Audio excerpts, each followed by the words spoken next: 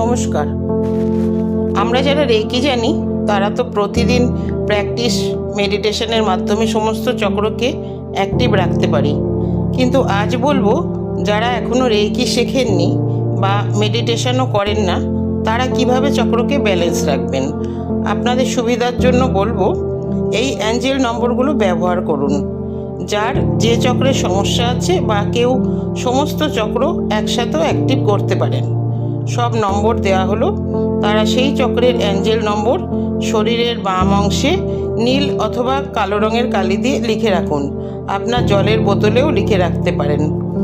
মূলাধার চক্র 132325 স্বাধিষ্ঠান চক্র 5428131, মণিপুর চক্র 80030111, অনাহত চক্র 5456821, বিশুদ্ধ চক্র 77740889, আজ্ঞা চক্র 8288133, সহস্রার চক্র 1001688, সমস্ত চক্র একসাথে 5651521।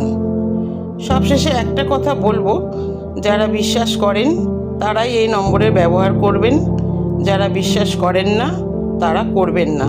প্লিজ, কোনো ফল হবে না। বিশ্বাস করলে অবশ্যই 100 ভাগ ফল পাবেন।